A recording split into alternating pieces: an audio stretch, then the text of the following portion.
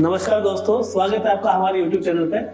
और आज हम जिस टॉपिक की बात करने वाले हैं वो आपके लिए बहुत ही इंटरेस्टिंग और यूजफुल है। HTML और CSS का इस्तेमाल करके हम किस तरह से एक लॉगिन पेज बना सकते हैं। अगर आप एक वेब डेवलपर हैं या वेब डेवलपिंग में इंटरेस्ट रखते हैं तो ये वीडियो आपके लिए बहुत ही यूजफुल होने वाला है। HTML और CSS हमारे वेब डेवलपमेंट के अंदर स्ट्रक्चर बनाने में काम आता है, CSS उसकी स्टाइलिंग करने में काम आता है। HTML से हम वेब पेज को ऑर्गेनाइज कर सकते हैं, CSS से हम वेब पेज को कैसे यूजर फ्रेंडली बना सकते हैं, ये काम हम लोग इसमें करेंगे।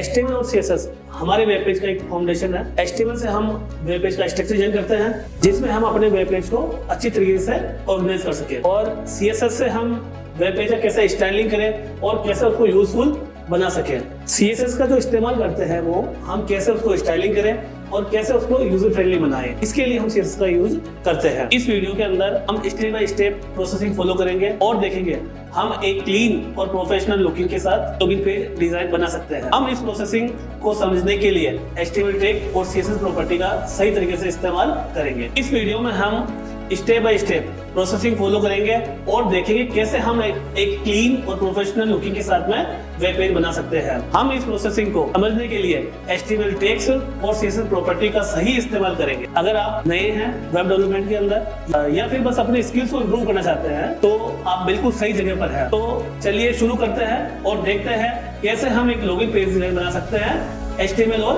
CSS के माध्यम से, ठीक है ना। तो आज अपन इन सभी टैगों का यूज करते हैं। तो सबसे पहले ये जो अपन टैग देख रहे हैं ये हम देखते हैं 1 बाय 1 टैग। तो सबसे पहले हमें क्या करना है कि हमें एक फोल्डर बनाना है, जैसे फोरम नाम का। ये मेरा एक प्रोजेक्ट हो गया, ठीक है। अब मैं जो एडिटर यूज कर रहा हूँ वो VS कोड यूज कर रहा हूँ। तो VS कोड के अंदर हमें क्या करना है, इसको उठाया और VS कोड में लेके आ गए। ये मेरा फोल्डर ओपन हो गया। अब इसके बाद में हम यहाँ पे गए और हमने यहाँ पे बना दिया index.html। ये मेरा फर्स्ट पेज हो गया index.html। अब index.html के अंदर ये मेरा पेज ओपन हो गया। अब कल हमने HTML का स्ट्रक्चर देखा था कि सबसे पहले हम HTML लिखते हैं, HTML के बाद में हमारा हेड होता है, हेड के बाद में हमारा टाइटल होता है, और टाइटल में जैसे मान low today is forum class, ठीक है ना। और क्लास कौन सी है, 2 नंबर की क्लास है। आज सेकंड क्लास है अपना, तो ये अपना ये हो गया। इसके बाद में ये हेड के बाद में हमारा आ गया बॉडी। ये मेरा एक वेब पेज बनाने के लिए सबसे पहले ये स्ट्रक्चर कंप्लीट करना होता है, ठीक है। तो ये स्ट्रक्चर हमने कंप्लीट कर लिया। अब इसको हम 1 बाय 1 टैग देखते हैं कि जो हमने ये सब लाइन के अंदर ये टैग देख रखे हैं कि फोरम में कौन कौन से टैग यूज आते हैं, उन्हीं टैगों को हम लोग आज कवर करेंगे। सबसे पहले इनपुट टैग। इनपुट टैग क्या होता है, जैसे मान लो ये इनपुट, ठीक है। इनपुट पर टेक्स्ट आ गया। अब इनके कुछ एट्रीब्यूट्स होते हैं, जैसे इसमें टाइप एट्रीब्यूट है, ठीक है, और एक होता है प्लेस होल्डर। ये प्लेस होल्डर क्या होता है, जैसे मैंने टाइप किया नेम, ये नेम, तो ये बताएगा आपका कि ये जो इनपुट है वो किस टाइप का है, ठीक है ना। जैसे मान लो हमने फोरम लिया, अब हम इस फोरम को अपने ब्राउज़र के ऊपर रन कर लेंगे। ऐसे ये ब्राउज़र के ऊपर रन कर लिया, ठीक है। ये बाकी सबको ऊपर हटा देंगे, यहाँ से ये सब हटा दिया। ये देखो ये नेम। अब जब भी आप इस नेम को हटा करके कुछ भी टाइप करेंगे तो वो नेम हट जाएगा। तो ये प्लेस होल्डर क्या है, ये प्लेस होल्डर पहले आपको शो कर रहा है कि जो इनपुट है वो किसके रिगार्डिंग है, ठीक है, ये नेम। अब इसके अंदर नंबर ऑफ टाइप बहुत ज़्यादा होते हैं, ये सारे टाइप है। जैसे मान लो मुझे इसको बटन बनाना है तो मैं क्या करूँगा, इसके टाइप को बटन कर दूंगा और इस प्लेस होल्डर की जगह वैल्यू डाल दूंगा, ठीक है ना। तो अब हम इसको चेक करेंगे तो ये बटन बन गया, ये देखो ये नेम। अब जैसे मान लो सबमिट बनाना है तो ये सबमिट हो गया, ये सबमिट हो गया। ऐसे लॉगिन बनाना है तो ये लॉगिन हो गया। इस तरह से है ना, ये बटन की जो भी वैल्यू रहेगा, जैसे मान लो कॉन्टेक्टस है, सबमिट है, इंक्वायरी है, ये सारे के सारे आप इसमें नाम चेंज कर सकते हो। तो ये हमारा टाइप बटन है और ये वैल्यू के अंदर भी ये भी एट्रीब्यूट ही है। एट्रीब्यूट को हम कैसे पहचानेंगे, एट्रीब्यूट को हम इस तरह से, जहाँ पे भी ये आ रहा है HTML के अंदर तो वो एट्रीब्यूट्स होता है। तो ये देखो ये टाइप एट्रीब्यूट हो गया, इसके आगे ये लगा हुआ है, ये कल हमने देखा था, ये टाइप एट्रीब्यूट हो गया। इसको वापस हमने क्लोज कर दिया, ठीक है ना। अब देखो ये, तो अब हम ये सारे के सारे एट्रीब्यूट देखते हैं। जैसे चेक बॉक्स है, चेक बॉक्स के अंदर वैल्यू का कोई रोल नहीं है, तो हम यहाँ इसके बाद में ये देखो ये चेक बॉक्स हो गया। जैसे मान लो मैंने इसके आगे लेबल लगा दिया। अब जैसे देखो हिंदी, मुझे ना मल्टीपल ऑप्शन सेलेक्ट करना है, तो यहाँ से अपन ने जैसे ये मल्टीपल ऑप्शन ले लिया अपन ने, इंग्लिश, ठीक है, ये जैसे 2 मुझे ऑप्शन लेना है, तो अब यहाँ पे हमने एक बिहार मार दिया, ठीक है। अब हम क्या करेंगे इसके अंदर, ये हम यहाँ आए, ये देखो ये आप मल्टीपल ऑप्शन सेलेक्ट कर सकते हो। जैसे मान लो एक से ज़्यादा मुझे कोई ऑप्शन लेने हैं तो हम लोग इसके अंदर ये चेक बॉक्स को यूज कर सकते हैं, ये चेक बॉक्स, ठीक है। लेबल क्या होता है? लेबल होता है कि किसी भी इनपुट जो टाइप है उसको बताता है कि ये इनपुट या ये चेक बॉक्स या रेडियो बटन किसके रिगार्डिंग है, तो लेबल, ठीक है। ये आ गया ये चेक बॉक्स, ये टाइप हम देख रहे हैं अभी। इसके साथ में कलर, अगर जैसे मान लो मुझे इसमें कलर यूज करना है, ठीक है, ये अपन निकाल देते हैं लेबल, ये पूरा निकाल देते हैं अपन कलर। अब देखो ये यहाँ पर है, ये मेरा कलर, कोई भी कलर बॉक्स कलर पिक करके लगाना है मुझे, तो मैं यहाँ से इसको कलर पिक को ले सकता हूँ। देखो ये कलर निकल गया, ठीक है। अपनी वेबसाइट में, अपने वेब पेज के अंदर, अपने वेब एप्लीकेशन के अंदर कहीं भी अगर मुझे कलर से रिलेटेड कुछ काम करना हो तो मैं इस कलर पिकर को लगा सकता हूँ, ये इनपुट टाइप के अंदर जाकर के। डेट, इसी तरह से अगर आपको इसमें डेट देखना है कि जैसे मान लो कोई ये कैलेंडर वगैरह लगाना है तो ये कैलेंडर भी शो हो जाएगा इसी से, ठीक है। इसी तरह से आप क्या करोगे, ये डेट एंड लोकल, ठीक है, तो इसके साथ में डेट के साथ में टाइम भी आ जाएगा। ये देखो ये यहाँ पे तो टाइम आ गया, ये यहाँ पे डेट आ गई। तो मल्टीपल अगर आपको कोई सिलेक्ट करना तो वो आप यहाँ से आसानी से कर सकते हो। इसी के साथ में ईमेल है, तो ईमेल वैसे दिखने में ऐसा कुछ नहीं आएगा आपको, लेकिन जब आप फोरम के अंदर जैसे अपन टाइप डालते हैं ईमेल, जैसे देखो अपन ने 2 फोरम ले रखे हैं और देखो यहाँ पे ईमेल अपन ने डाला है, तो जब ईमेल डालेंगे ना अपन, तो इसके अंदर क्या एक फॉर्मेट होता है ईमेल का। ईमेल का फॉर्मेट क्या होता है? ईमेल का फॉर्मेट होता है ईमेल का फॉर्मेट होता है जैसे मान लो नेम @domain_name.com, ठीक है ना, ये आता है। तो ये .in.au.com जो भी है ये इस तरह का, अगर ये इस फॉर्मेट में जैसे मान लो ये नहीं लगाया आपने, ठीक है, या अगर ये डॉट नहीं लगाया आपने, ठीक है, तो क्या होता है कि वो मेल वैलिड नहीं होता। और जब मेल वैलिड नहीं होता तो या तो अपने को एरर शो करनी होती है या हमें उस डेटा को वहाँ पे सेंड नहीं करना होता। तो ये जो मेल है, ये ईमेल, ये इसको वेरीफाई करता है पूरे को, ठीक है ना। तो ये उसी टाइम हमें देखना होता है कि भाई मेरा मेल का फॉर्मेट सही है या नहीं है। बाकी इसके अंदर आप जैसे मान लो ये बनाया अपन ने, अब बनाने के बाद आप चाहे जो टाइप करो इसके अंदर, ऐसा कुछ नहीं है। आपको यहाँ ऐसा दिखेगा नहीं कि भाई मेल का टाइप क्या होता है। जैसे अपन चेक बॉक्स डाला तो चेक बॉक्स से रिलेटेड चेक बॉक्स आ गया, है ना। जैसे अपन कलर डाला तो कलर आ गया, लेकिन डेट के इसमें ईमेल के अंदर ऐसा कुछ भी शो नहीं होगा, ठीक है। इसी के साथ में ये फाइल का मतलब जैसे मान लो कोई डॉक्यूमेंट अपलोड करवाना है मुझे, तो मैं क्या करूँगा इसके अंदर ये फाइल टाइप इनपुट में टाइप में फाइल डाल दूँगा। तो अब यहाँ पे क्या है कि आप जो भी डॉक्यूमेंट अपलोड करते हो वो डॉक्यूमेंट सिलेक्ट कर लेगा ये। तो इसका अगर कोई जैसे मान लो जैसे अपन ने गवर्नमेंट का फॉर्म भर रहे हैं और उसके अंदर हमारे आधार कार्ड है या हमारे कोई सर्टिफिकेशन है या कुछ भी हमें अगर सेंड करवाना है, तो हम लोग इसके अंदर ये फाइल को टाइप डालेंगे इसके अंदर, ठीक है ना। अब इसके बाद में हिडन, ये हिडन में क्या होता है, ये आपको शो नहीं होगा। जैसे डेवलपमेंट में क्या होता है, काफ़ी वैल्यू को है ना हमें वह शो नहीं करने होते हैं, हिडन इनपुट्स लगाना होता है, तो हमें शो नहीं होंगे, लेकिन वो इनपुट्स आपके कंटेंट के अंदर है, ठीक है। ये डेवलपमेंट फेज टाइम में काम आता है। इमेज, कोई भी अगर इमेज लगानी हो तो हम इमेज लगा सकते हैं, ठीक है ना। जैसे यहाँ पे कोई इमेज शो करनी हो तो हम लोग इमेज इसके अंदर शो कर सकते हैं। इसी तरह से मंथ, ठीक है ना। अब जैसे मान लो मुझे मंथ शो करना है तो हम लोग इसके अंदर ये मंथ भाई जैसे मान लो बर्थ या कुछ भी वैलिड डेट वगैरह कुछ भी शो करना हो तो हम लोग मंथ का यूज इसमें कर सकते हैं। इसी तरह से नंबर में कैसे, जैसे मान लो मुझे मोबाइल नंबर का कोई इनपुट लगाना है, तो अब हम चाहते हैं कि इसमें न्यूमेरिकल अल्फ़ाबेट ऐड नहीं हो, सिर्फ न्यूमेरिकल आए इसके अंदर, तो ये न्यूमेरिकल आप इसमें डाल सकते हो, ठीक है। इसी के साथ में जैसे पासवर्ड है, जैसे अब ये पासवर्ड है तो हम लोग इसके अंदर ये पासवर्ड डाल सकते हैं। जैसे ये देखो जो भी कंटेंट आप जो भी कंटेंट आप डालोगे वो आपका पासवर्ड के रूप में डॉट डॉट के रूप में शो होगा। अब इसके बाद में रेडियो में क्या होता है, ये रेडियो, इस रेडियो के अंदर ये देखो, जैसे चेकबॉक्स और रेडियो ये किस काम में आते हैं। जैसे चेकबॉक्स होता है वो मल्टीपल वैल्यू को सिलेक्ट करने होता है ना, और जो रेडियो होता है वो सिंगल वैल्यू को सिलेक्ट करना होता है, मल्टीपल में से सिंगल वैल्यू को। जैसे मान लो अपने पास में ऐसे ऑप्शन आते हैं जैसे गर्ल्स या बॉयज़, है ना, या तो आप हिंदी लो या इंग्लिश लो। ऐसे जो सिंगल ऑप्शन अगर सिलेक्ट करने हो अपने को तो वहाँ पे हम रेडियो बटन का यूज करते हैं। इसी तरह से, ठीक है, इसी तरह से रेंज है। जैसे मान लो आप ई-कॉमर्स वेबसाइट वगैरह में देखते हो कि रेंज होती है कि आपको मतलब जैसे मान लो मुझे 500 तक परचेज करना है प्रोडक्ट, तो मैं इसके अंदर रेंज को सेट कर सकता हूँ, ठीक है। तो ये रेंज है। इनके जो यूज है वो हम अभी नेक्स्ट वीडियोस में देखेंगे, ठीक है ना। ये रीसेट है, सर्च है, सबमिट है, टेलीफोन है, टेक्स्ट है, टाइम है, URL है और वीक है। ये भी आप लोग यहाँ से देख सकते हो।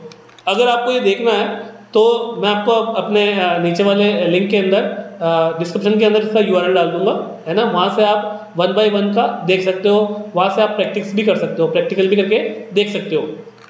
अब इसके बाद में ये इनपुट के सारे टाइप है, ये आपको सारे यूज करके देखने हैं 1 by 1, ठीक है ना। क्योंकि ये जब हमारे कल परसों क्लास होगी तो उसमें काफ़ी अच्छा यूज आएगा इनका। अब देखो टेक्स्ट एरिया क्या होता है। टेक्स्ट एरिया में जब हमें कोई लंबा बड़ा मैसेज टाइप करना होता है तो हम लोग इसके टेक्स्ट एरिया में इसको शो करते हैं, जैसे टेक्स्ट एरिया। अब ये कॉलम और रो, कॉलम का मतलब उसमें कितने वर्ड आएंगे और रो का मतलब उसमें कितनी लाइन ऐड कर सकते हो आप। जैसे देखो ये हम यहाँ आए तो ये देखो इसमें आप ये देखो ये ना, ये इतनी लाइन ऐड कर सकते हो। जैसे ही आपने 10 लाइन से ज़्यादा लाइन डालोगे तो वो स्क्रॉल में कन्वर्ट हो जाएगा ये वाला, है ना। इसी तरह से वर्ड डाल सकते हो 30, मतलब इसमें 30 वर्ड्स आ जाएंगे इसके अंदर। तो ये इसकी लिमिटेशन है, ये भी हम लोग देखेंगे। बटन तो पता ही है आपको कि जैसे मान लो ये फॉर्म का मुझे सबमिट बटन लगाना है, इसको ना टाइप में अपन टेक्स्ट कर देते हैं, ये टेक्स्ट। और जो टाइप में टेक्स्ट होता है वो डिफ़ॉल्ट होता है, ठीक है। जब भी आप नया इनपुट लोगे तो आपका टाइप टेक्स्ट ऑटोमेटिक आएगा, ठीक है ना। फिर जैसे आपकी रिक्वायरमेंट है वैसे आप अपने टाइप को चेंज कर सकते हो। अब देखो बटन, ये बटन आ गया। अब बटन जैसे ये सबमिट, जैसे सबमिट डाला आपने, ये मेरा बटन बन गया, ठीक है।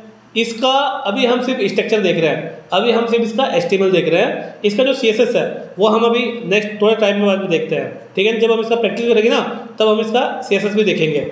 अब इसके साथ साथ में तो ये आपका बटन आ गया सेलेक्ट क्या होता है। जैसे मुझे मान लो ऐसा सेलेक्ट करना हो, जैसे अपन ने ये सेलेक्ट, और सेलेक्ट के अंदर इसमें आते हैं ऑप्शन। ये ऑप्शन क्या करता है, जैसे मान लो ये आ गया, ठीक है, या अलग अलग आ गया। जैसे सिटीज़ के नाम आपको टाइप करना है, ठीक है, जयपुर,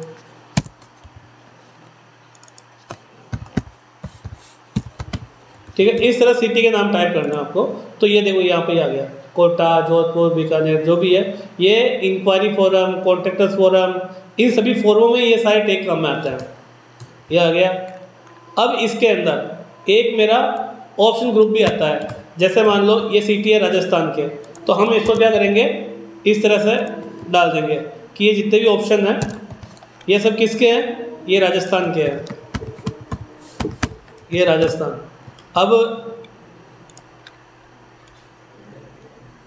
अब एक ऑप्शन ग्रुप अपन ये डाल देते हैं कि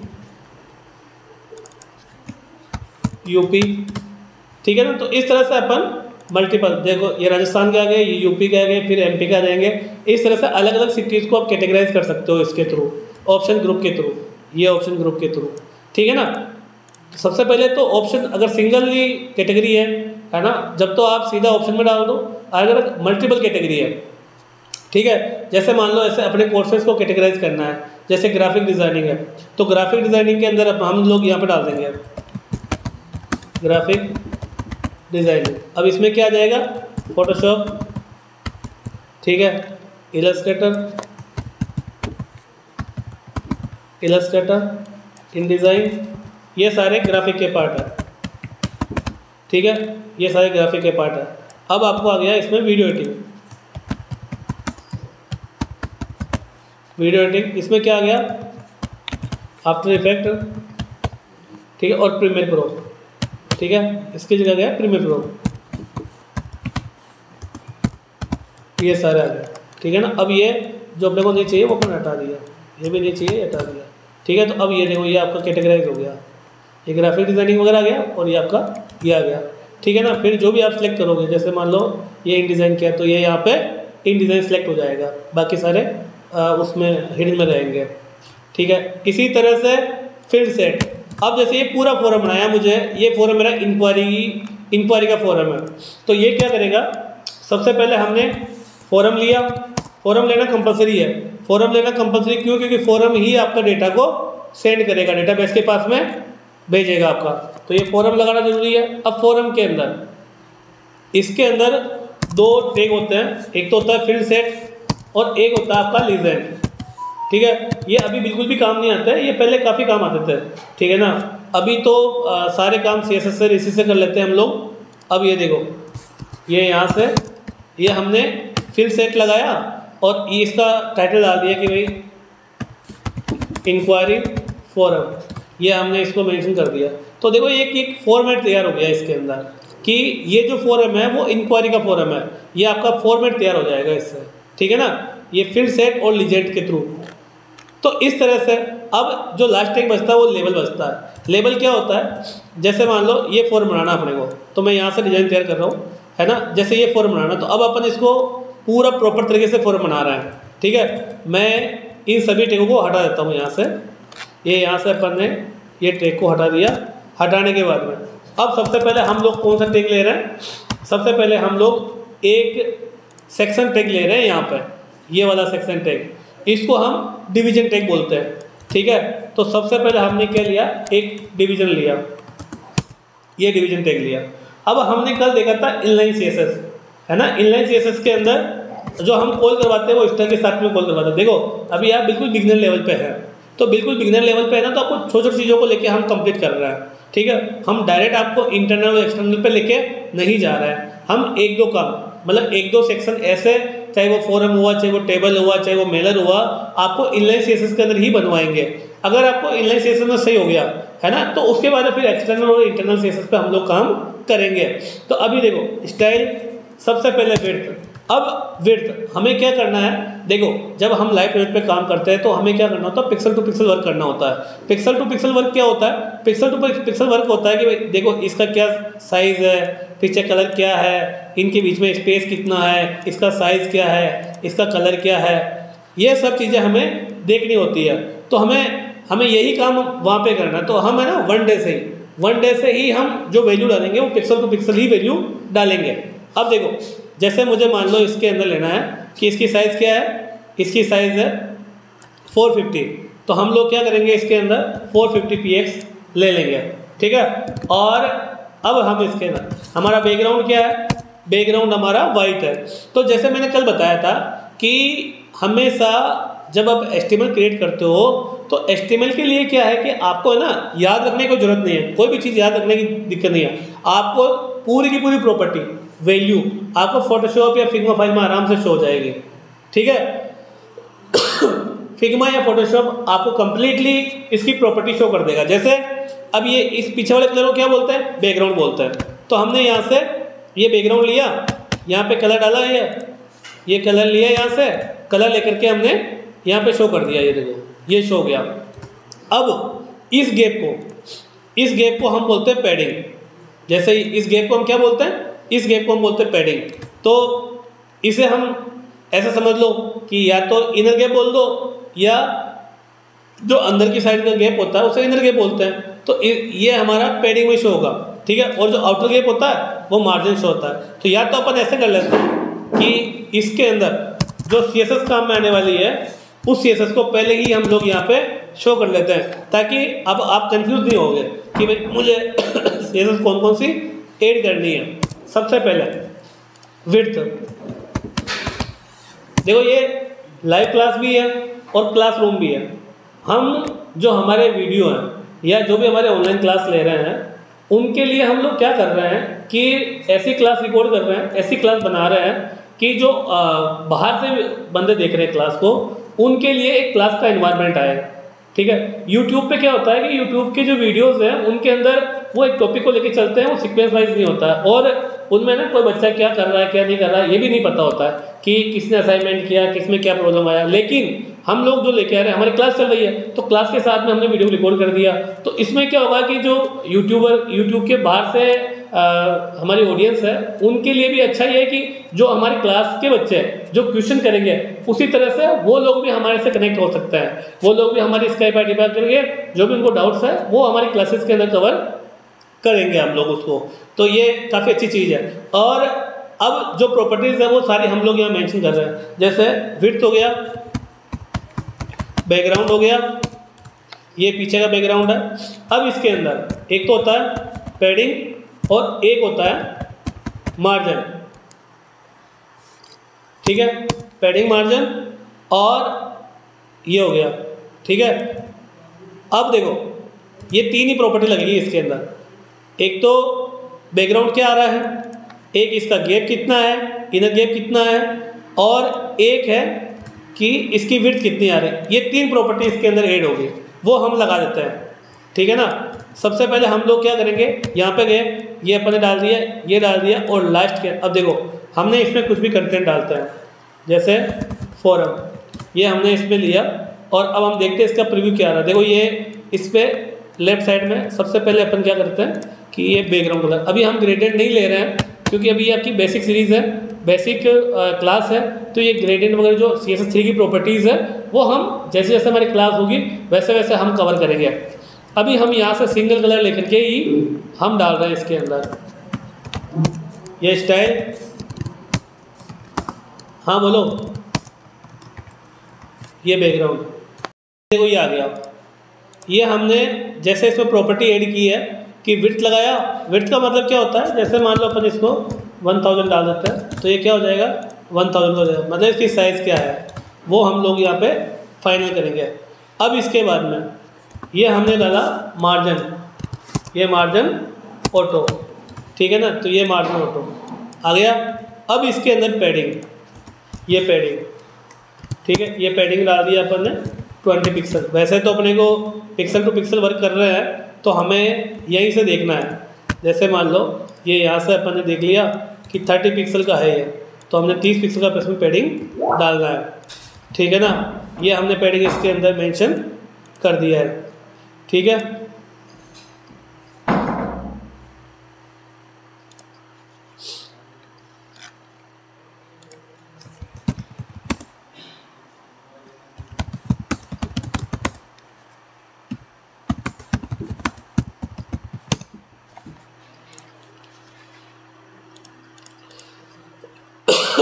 अब देखो ये हमने इसके अंदर ये पैडिंग डाला। अब देखना पैडिंग से क्या होता है, ये पैडिंग जो ही पैडिंग आपने मेंशन किया, ये देखो ये गैप आ गया, ये गैप, तो इस इनर गैप को हम लोग पैडिंग बोलते हैं।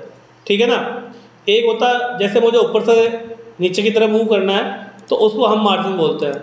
जैसे हमने 20 px दे दिया तो ये क्या होगा, ये ऊपर से नीचे हो रहा है। देखो यहाँ पे अपन ने 100 जैसे 1 टाइम के लिए, तो ये देखो ये नीचे आ गया। तो ये मार्जिन होता है बाहर के लिए और जो पैडिंग होता है वो होता है इनर के लिए। अब इसके अंदर क्या होता है, सीक्वेंस होता है। सीक्वेंस का मतलब है किसी भी बॉक्स की 4 साइड्स होती है। जैसे हमने लिया पैडिंग और मार्जिन और हमने इसको ये दे दिया 1 0 2 0 3 0 4 0। ठीक है, जैसे मान लो अपन ने अभी 1 0 लगा रखा है, ठीक है ना, तो अब हम इसमें 4 0 भी लगा सकते हैं। अब इसके अंदर जो पहले 0 का मतलब होता है वो टॉप का होता है, सेकंड का मतलब राइट, थर्ड का मतलब बॉटम और फोर्थ का मतलब लेफ्ट। ये चारों साइड से। इसी तरह से पैडिंग और मार्जिन इसके अंदर होता है आपका 1 0 और 2 0। इसका मतलब होता है टॉप राइट, टॉप बॉटम, और सेकंड का मतलब होता है लेफ्ट राइट, ठीक है ना, लेफ्ट और राइट। और एक होता है सिंगल टाइप से 0। इसका मतलब होता है चारों तरफ से, टॉप, राइट, बॉटम और लेफ्ट, चारों साइड से इसका मतलब होता है। ठीक है, तो आप जो आपको रिक्वायरमेंट हो, जैसे मुझे मान लो अभी क्या रिक्वायरमेंट थी कि चारों साइड से सेम साइज़ का चाहिए था, मुझे सेम पैडिंग चाहिए था, सेम गैप चाहिए था। तो हम लोगों ने क्या किया, ये वाला सीक्वेंस यूज कर लिया। अगर जैसे मान लो मुझे क्या करना है कि दो साइड से तो कम देना है, जैसे मुझे टॉप बॉटम से 10 px चाहिए, तो ये अब देखो ये यहाँ टॉप बॉटम से कम आया और लेफ्ट साइड से ज़्यादा आएगा। इसी तरह से मुझे चारों साइड से अलग अलग देना है, तो मैं ये सीक्वेंस यूज कर लूँगा, ये वाला जिसके अंदर टॉप, राइट, बॉटम, लेफ्ट, ये वाला सीक्वेंस हम लोग यूज कर लेंगे। तो इस तरह से हमने देखा कि भाई आप है ना इस प्रॉपर्टी को, इसकी वैल्यू को जो आप डिफाइन कर सकते हो वो इसी स्टेप से कर सकते हो। ठीक है, ये पैडिंग और मार्जिन का हम ऐसे यूज कर लेंगे। अब इसके बाद में अब आ जाओ यहाँ पे। ठीक है, अब ये वाला जो टैग है ये हेडिंग टैग है, मतलब किसी भी सेक्शंस का जो हेडिंग में क्लियर करता है वो हेडिंग टैग कहलाता है। और जो हेडिंग टैग के अंदर टैग होते हैं, हेडिंग टैग के अंदर 6 टाइप के टैग होते हैं। हेडिंग के अंदर 6 टाइप के टैग होते हैं। ठीक है, कौन कौन सा?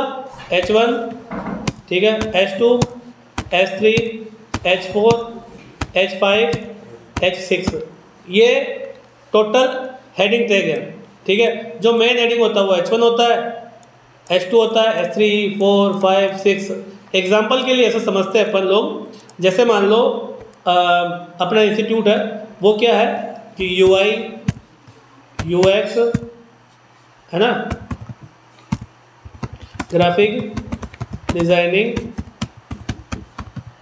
इंस्टीट्यूट इन जयपुर, ये मेरा H1 हो गया, ये मेरा मेन हेडिंग है तो ये H1 हो गया। ठीक है ना, अब ये लो, ये मैंने H1 इसको डिफाइन कर दिया। अब इसके अंदर कौन कौन से कोर्स हैं वो H2 में आ जाएंगे। जैसे मान लो अपना है कि भाई सबसे पहले ग्राफिक डिज़ाइनिंग, ठीक है, ये H2 में आ गया। अब S3 में क्या आएगा कि ग्राफिक डिज़ाइनिंग के अंदर कौन कौन से पॉइंट्स हैं, जैसे आ गया फोटोशॉप, ठीक है, ये S3 में आ गया। ठीक है, S3, ये S3 में आ गया।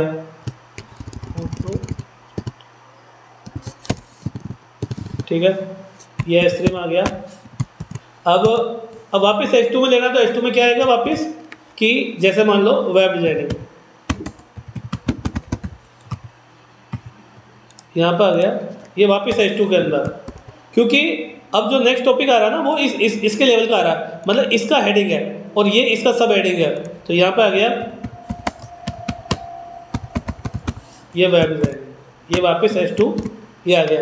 अब इस वेब डिजाइनिंग के जो पॉइंट्स है वो इसमें डाल दो कि जैसे ये आ गया HTML, ठीक है, ये यहाँ पे आ गया CSS, ये आ गया। अब इसके अंदर कोई HTML के अंदर और कोई पॉइंट हो तो वो उस H4 में आ जाएगा, H5 में आ जाएगा, H6 में आ जाएगा। इस तरह से हम जो हेडिंग टैग की हायरार्की होती है वो हम लोग डिसाइड करते हैं। तो अभी तो मेरे पास हेडिंग एक ही है, सिंगल हेडिंग है, तो मैं H1 ही यूज कर लूँगा। अब देखो, जो लर्निंग वाले बच्चों को प्रॉब्लम आती है वो क्या आती है कि आपका स्ट्रक्चर आपसे फाइनल नहीं हो पाता है, आपको ये समझ में नहीं आता कि मैं हेडिंग को कहाँ डालूँ, डिवीजन को कहाँ डालूँ, पी टैग को कहाँ डालूँ, ये आपसे अच्छी तरह से क्लियर नहीं हो पाता है। तो मैं आपको है ना ये बताऊँगा कि आप है ना, जैसे मान लो सबसे पहले हमने एक बॉक्स लिया, ये वाला पूरा बॉक्स लिया। अब इसके अंदर सारा काम इसके अंदर होगा, ये टोटल काम। जैसे मुझे H1 लगाना है, ये H1, ठीक है, इसमें अपना डाल दिया लॉगिन फॉर्म। अब हम इसको सेव किया, अब हमने इसको यहाँ से रन किया। अब रन करने के बाद में हमने देखा कि इसके अंदर प्रॉपर्टी कौन कौन सी डालनी है। जैसे हमें डालनी है इसके अंदर फ़ॉन्ट साइज, स्टाइल। अब देखो हम लोग इनलाइन CSS यूज कर रहे हैं अभी, तो इनलाइन CSS उसी लाइन में लिखी जाती है। इंटरनल CSS का अलग फॉर्मेट होता है, अलग फॉर्मेट होता है। अभी हमारे यहाँ सेकंड क्लास ही है, तो सेकंड क्लास है तो अभी हम इनलाइन CSS को प्रायोरिटी दे रहे हैं। जैसे जैसे हमारी क्लास आगे बढ़ेगी वैसे वैसे हम लोग आगे की तरफ बढ़ते जाएंगे। अब देखो ये आ गया। अब स्टाइल, सबसे पहले पैडिंग 0 px और मार्जिन 0 px, ये दोनों हमने क्यों ऐड किया, क्योंकि हर एक टैग पर कुछ ना कुछ प्रॉपर्टीज़ लेके चलता है, तो वैसे ही इनकी भी कुछ प्रॉपर्टी है। तो ये क्या करेगा, आपका स्पेस बढ़ा देगा ये, ठीक है। तो इस स्पेस को हटाने के लिए हमने जो डिफ़ॉल्ट प्रॉपर्टी है उसको 0 कर दिया। अब टेक्स्ट अलाइन, ये टेक्स्ट अलाइन सेंटर, ये सेंटर क्या है, अब इसको सेंटर करना है, ये सेंटर आ गया। इसी के साथ में फ़ॉन्ट फैमिली, तो अब हमें ये देखना है कि जैसे देखो ये इसका फ़ॉन्ट फैमिली, इसका फैमिली, इसका फैमिली, ये सबका फ़ॉन्ट फैमिली सेम है। तो सेम है तो हम लोग क्या करेंगे, यहाँ पर है फ़ॉन्ट फैमिली एरियल, ये हमने यहीं पे डिफाइन कर दिया इसको, ये आ गया इसके अंदर, ठीक है। ये हेडिंग वाला काम हो गया। अब हमने यहाँ देखा कि हाँ ये सेंटर में भी आ रहा है, साइज भी सेम है, सब कुछ सेम है, तो ओके करो, ठीक है। थोड़ा अगर यहाँ से गैप है तो हम लोग इसको गैप को पैडिंग से मैनेज कर लेंगे। तो यहाँ पर है 20px, ये मेरा 20px। अब देखो जो हमने अभी थोड़ी देर पहले देखा था कि इसको हम ऐसे डिफाइन करते हैं, तो अब मुझे क्या है, 3 तरफ से नहीं चाहिए थी, मुझे सिंगल साइड से चाहिए। तो मैंने क्या किया, सिंगल साइड से चाहिए तो मैं यहाँ पर लगा दिया। हो सकता है आगे जाकर के मुझे बॉटम में भी चाहिए होगा तो मैं थर्ड वाले पे इसको अप्लाई कर दूंगा, थर्ड वाले पे इसकी वैल्यू को चेंज कर दूंगा। अब आ जाओ इसके अंदर, अब ये वाला, इसे हम बोलते हैं लेवल। तो लेवल के लिए हम लोग कौन सा टेक काम में लेते हैं, लेवल के लेवल लेते हैं, ये लेवल, ठीक है।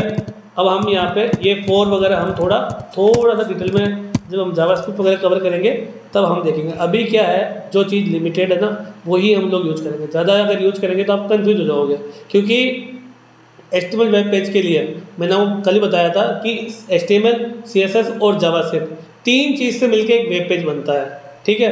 और अभी हम जो कवर कर रहे हैं वो HTML और CSS 2 ही चीज़ हम लोग कवर कर रहे हैं, ठीक है ना। तो इसमें मतलब मल्टीपल चीज़ों से कोई वेब पेज तैयार किया जाता है। तो आप समझ रहे होंगे मैं क्या कहना चाह रहा हूँ। अब देखो ईमेल और फ़ोन नंबर, ईमेल और फ़ोन, ये ईमेल और फ़ोन यहाँ आ गए। अब यहाँ से हमने ये ले लिया। अब देखो अब मुझे यहाँ पे ये गैप चाहिए, कौन सा गैप चाहिए, ये वाला गैप चाहिए। तो यहाँ से हमने देख लिया 40 पिक्सल का है। तो अब इसका देखो टॉप, राइट और बॉटम, ये 30px आ गया है। यहाँ पर ये 30px आते ही हमने क्या किया, ये यहाँ पे हमारा गैप आ गया, ये मेरा ये काम हो गया। अब दूसरा आ जाओ इसके अंदर इनपुट, ये इनपुट जो अभी हमने इनपुट टैग देखा, देखो मैंने क्या बोला था, इनपुट का जो टाइप होता है डिफ़ॉल्ट वो टेक्स्ट होता है, टेक्स्ट इनपुट ऑटोमेटिक आता है। तो ये ऑटोमेटिक इनपुट टैग आ गया। अब इसके अंदर हमारा इसके अंदर कुछ कंटेंट आ रहा है क्या, नहीं आ रहा है। तो नहीं आ रहा है तो हमें प्लेस होल्डर लगाने की ज़रूरत नहीं है। अगर इसमें कोई कंटेंट होता तो हमें प्लेस होल्डर लगाने की ज़रूरत रहती, ठीक है। ये आ गया। अब हम इसको चेक करेंगे, चेक करने के लिए हम F5 लगा रहे हैं, ठीक है। अब देखो कल हम जो देखेंगे वो टैग के टाइप देखेंगे कि टैग कितने टाइप के होते हैं, इनलाइन टैग क्या होता है, ब्लॉक टैग क्या होता है। वैसे तो हमारे यूट्यूब के ऑलरेडी वीडियो पड़े हैं इनलाइन और ब्लॉक और इनलाइन टैग के, कि टैग के टाइप के, वो आप जाके देख सकते हो, वो हम डिस्क्रिप्शन के अंदर उसका लिंक डाल देंगे, ठीक है। और इस सीरीज़ के हिसाब से वो कल हम उस पर डिस्कस करेंगे कि इनलाइन और ब्लॉक टैग क्या है। वीडियो बहुत लंबा हो रहा है, इसके लिए तो हम लोगों को ये पूरा जो सेक्शन है वो कंप्लीट करना है। तो हम इसको 1 बाय 1 देखते चलेंगे। तो सबसे पहले ये टाइप, ठीक है। तो हमें क्या है, अभी ये इनलाइन टैग है तो हमें डिस्प्ले इसको ब्लॉक करना होगा, ठीक है। अब हम ब्लॉक करेंगे इसको, तो अब ये यहाँ पे नहीं, यहाँ पे आएगा। सबसे पहले हमने यहाँ पे, अब देखो यहाँ है, ये आ गया मेरा, आ गया ये। अब इसको अब हम यहाँ पे है स्टाइल, ठीक है, विड्थ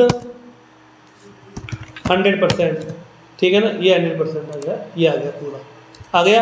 अब मुझे अंदर गैपिंग करना है, तो पैडिंग, ये पैडिंग 10px, ये 10px, ठीक है, ये 10px। अब थोड़ा गैप करना है तो हम यहाँ पे पैडिंग किधर से, बॉटम से, तो 1 0 2 0 3 0 4 0, तो हमें बॉटम से चाहिए तो हम यहाँ पे 10px, ठीक है, ये मेरा 10px आ गया।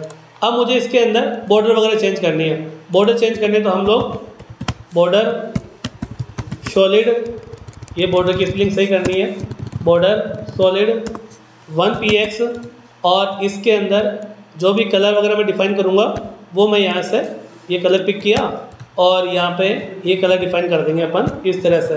ये कलर डिफाइन हो गया। अब ये देखो ये बॉर्डर आ गया, ठीक है। ये मेरा पहला काम खत्म हो गया। अब HTML के अंदर सबसे बड़ा बेनिफिट क्या होता है, एक सेक्शन मान लो मल्टीपल सेक्शन चलता है, तो ये का ये हम कॉपी करेंगे और यहाँ पे हम लोग पेस्ट कर देंगे। तो देखो ये सेम टू सेम, बस कुछ थोड़ा बहुत चेंज करना होता है। थोड़ा बहुत चेंज क्या करना है, हमें यहाँ पे टॉप से पैडिंग दे देंगे। किसको देंगे, इस लेबल को, ऊपर वाले लेबल को। ये देखो ये आ गया। और इसका नाम हम चेंज कर देंगे पासवर्ड, ठीक है ना, ये पासवर्ड, ठीक है, ये नाम हमने चेंज कर दिया। अब इसके बाद में ये देखो ये अपना बन गया। अब ये वाला है, ये एंकर टैग है। एंकर टैग क्या होता है, एंकर टैग का मतलब है मेरे पासवर्ड भूल गया तो मुझे क्या करना पड़ेगा कि एक लिंक क्रिएट कर दिया और मैं फॉरवर्ड पासवर्ड कर सकता हूँ, मतलब मेरे पासवर्ड को दोबारा रिकवर कर सकता हूँ। तो उसके लिए हम लोग ये लिंक डालेंगे कि यहाँ पे जब क्लिक करेगा तो एक नए पेज पे जाएगा और वहाँ से आप अपने पासवर्ड को रीसेट कर सकते हो। तो अब क्या होता है कि इसके लिए एक पी टैग लेंगे, ठीक है, एंकर टैग लेंगे।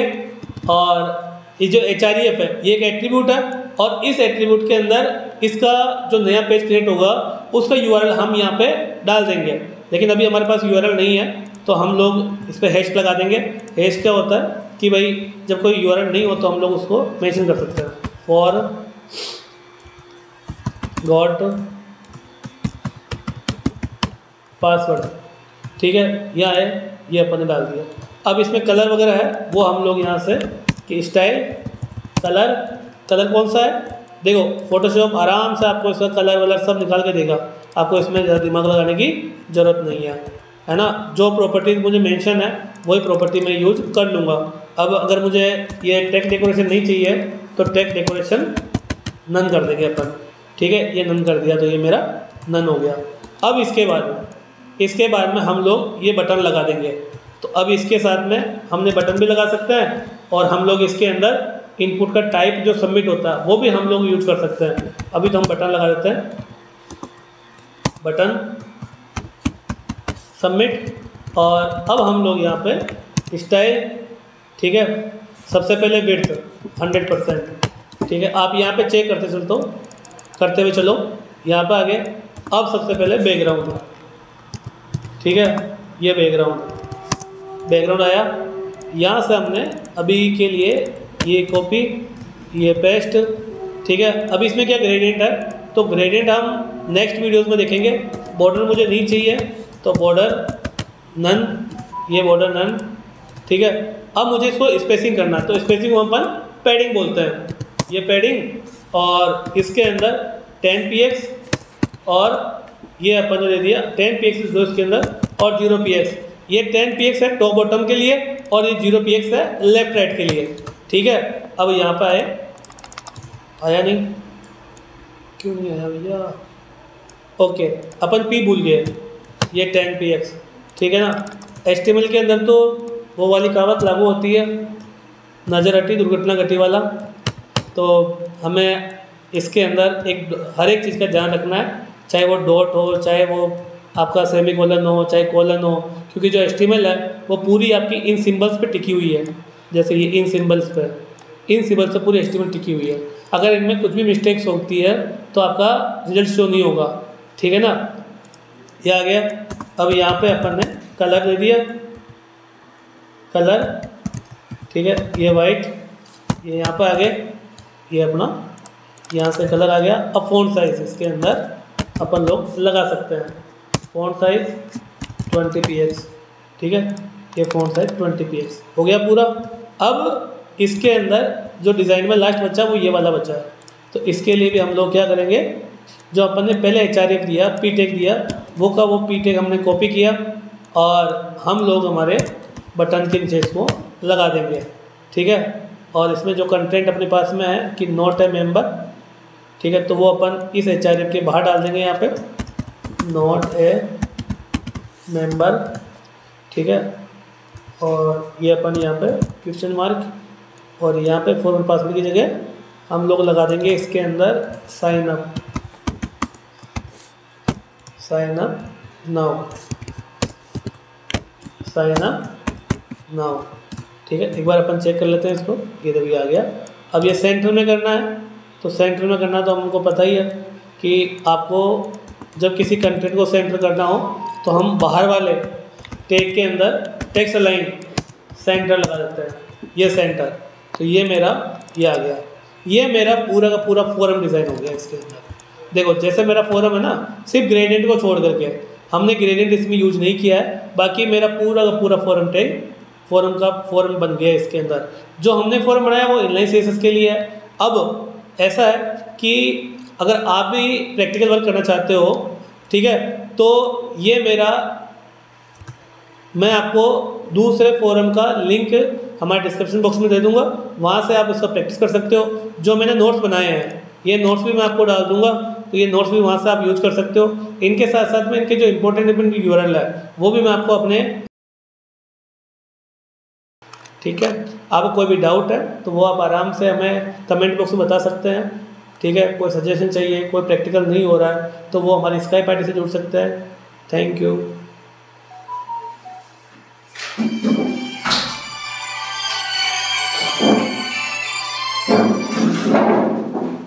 कितने मिनट का हो गया?